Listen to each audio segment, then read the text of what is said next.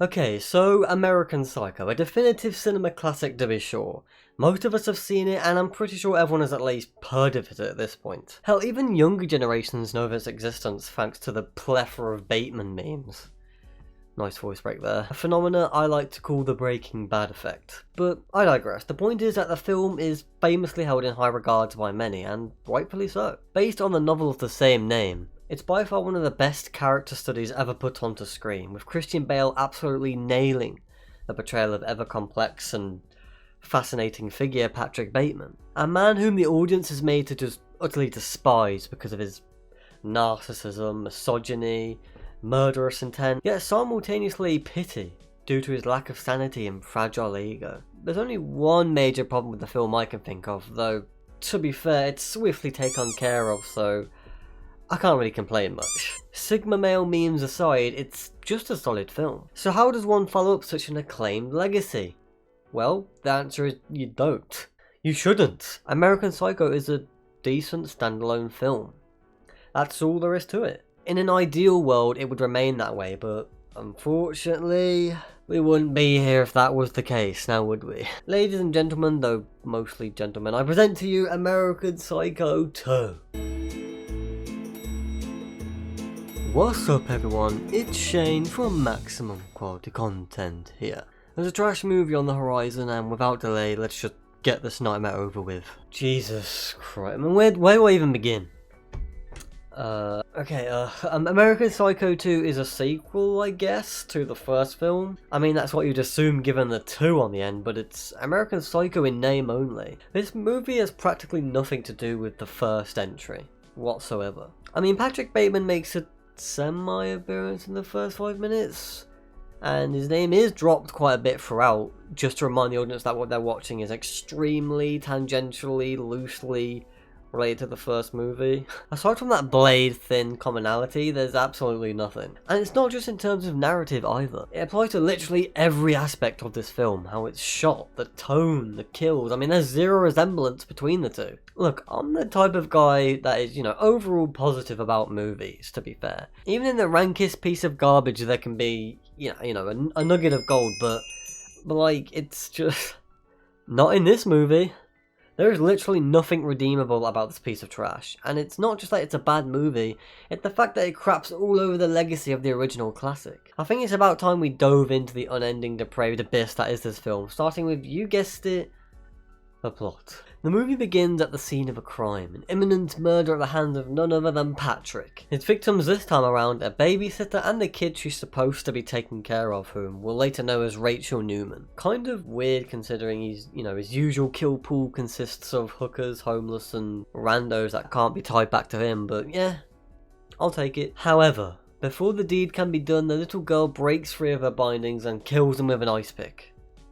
Off screen. A random 12-year-old girl is the one that does him in. What were they thinking? Need I remind you that this is Bateman we're talking about here? A man of fair intelligence, to say the least. I mean, his analysis of music, social commentary, and high-paying job are evidence of that. Yet in this scene, he's a bumbling buffoon who leaves the girl fully conscious and barely restrained.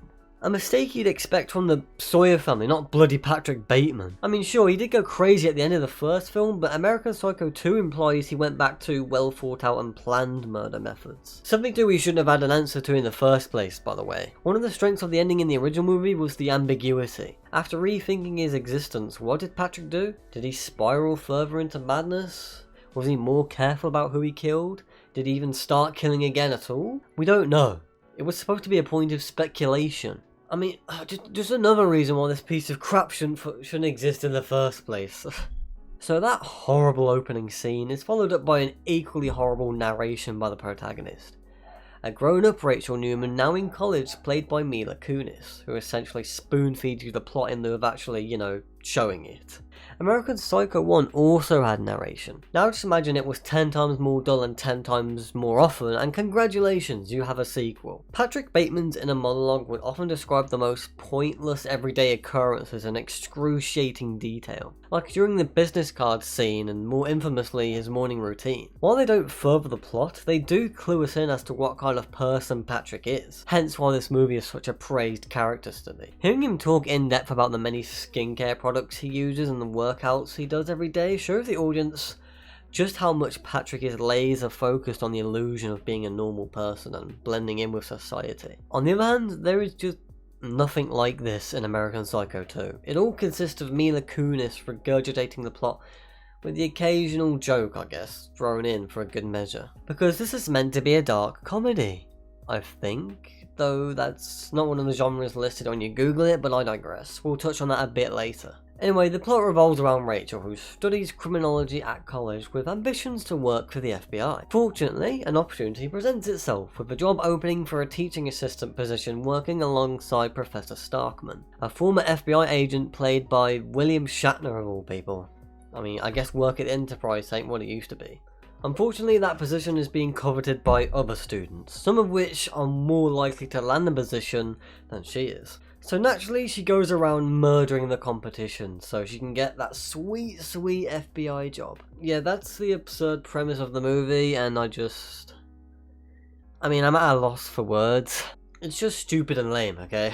The whole reason she wants that job is to stop other serial killers like Bateman, but at the same time, she is one too, so her goal doesn't really make a lick of sense. I think director Morgan Freeman? Don't worry, don't worry.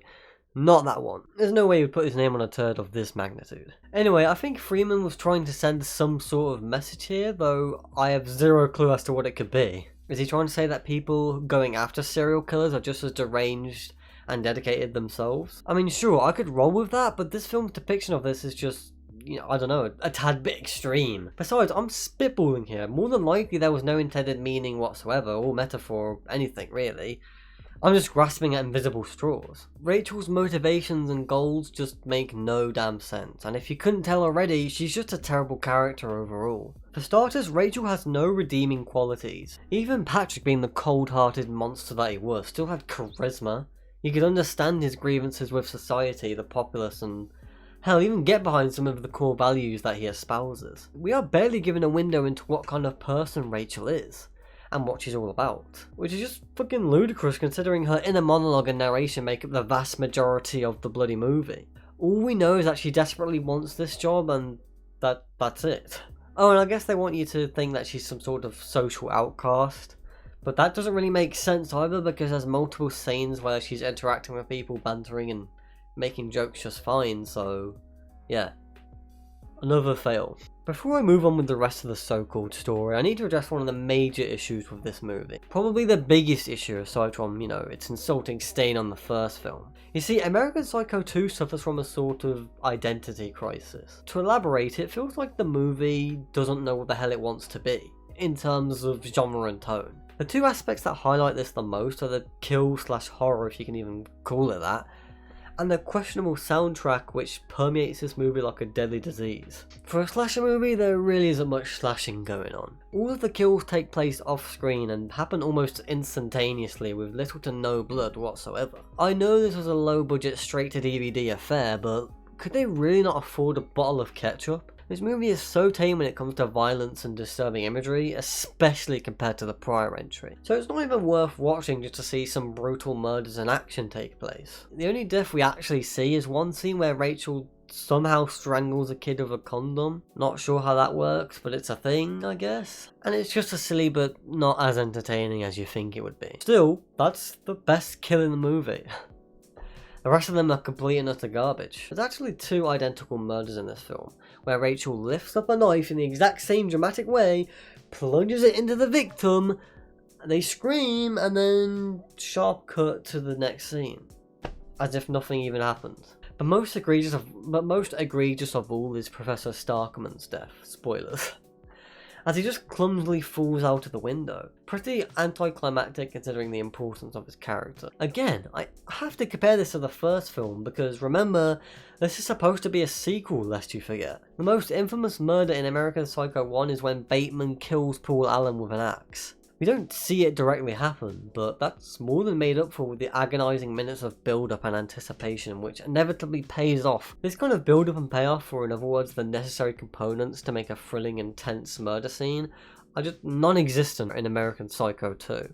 Also, speaking of Paul Allen, Remember how his death had huge ramifications on the rest of the film? People are constantly reminding Patrick about his mysterious disappearance, and there's even a whole side plot where a detective shows up to investigate. Well, unsurprisingly, it's the complete opposite in American Psycho 2. When people die in this movie, it's like they cease to exist, never being mentioned or brought up by the rest of the cast despite their importance. How am I supposed to get invested in a narrative that clearly can't be asked to account for the drastic changes in the status quo that other characters seemingly aren't aware of? If that wasn't bad enough, the soundtrack, the soundtrack. It's the worst bloody thing about this shit heap. 99% of the movie is littered with this obnoxious, overbearing music that pollutes every moment and destroys any chance of taking this film seriously. Then again, does this film want to be taken seriously? I honestly can't tell. I'm pretty sure this movie is going for a more silly, campy vibe with a more light-hearted high school theme, but there's several scenes that you can tell are supposed to have a modicum of tension, but just don't. Like any scene between Rachel and her therapist, for example. I'm pretty sure those scenes are supposed to demonstrate to the audience just how messed up and dogmatically obsessive Rachel is, but like a predator lurking in the woods, there's that bloody music in the background. I don't know if I could show much of it, but trust me, it's the worst, most distracting thing imaginable. I mean, all while taking care of your dear old mom. And on top of this, you're divorced? A dead-end job with no love life? I mean, all while taking care of your sick mom. Professor Starkman here. Listen, it's 11:25, and you missed your... So Rachel goes on a killing spree, murdering every student, shooting for the same position she is. Alas, the announcement day comes, and... nothing. It turns out Starkman was sleeping with one of the students that Rachel murdered, and even ended up being the one discovering her body. Naturally, this screws him up bad, to the point where he can't even show up for work. Of course, Rachel can't be having that, she needs that bloody job. Rachel attempts to seduce Starkman in his office, but it doesn't work out, and so she kills him. Wait, what? Wait a minute, I thought the whole reason she was killing people in the first place was to get that TA job. She just offed the teacher she was supposed to be assisting, so... That first hour and 20 minutes I invested into this movie apparently was worthless. Great. Thanks, movie. But we're not done, somehow it gets worse. The authorities find out about the professor's death. They give chase and she drives off of a cliff and dies. But wait, there's more. It turns out that Rachel didn't actually die in the car crash. In fact, the woman we've been following throughout this entire movie isn't even Rachel to begin with. She's actually the same 12-year-old girl from the intro who grew up, killed a criminology student, or the real Rachel, and assumed her identity. At the scene of the car crash, the police discovered the real Rachel's body and assumed it was the protagonist. The movie ends with a final middle finger by revealing that she has now assumed the identity of the current teaching assistant and has finally landed her position at the FBI. Cue the credits. I mean there's just so much wrong with, like, I don't know, everything about this ending. First of all, the idea of stealing another student's identity and becoming Rachel doesn't make any sense.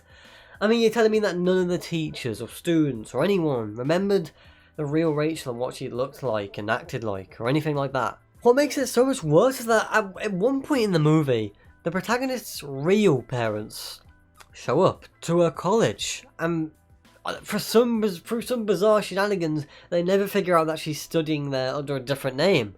How? And don't even get me started on the ending.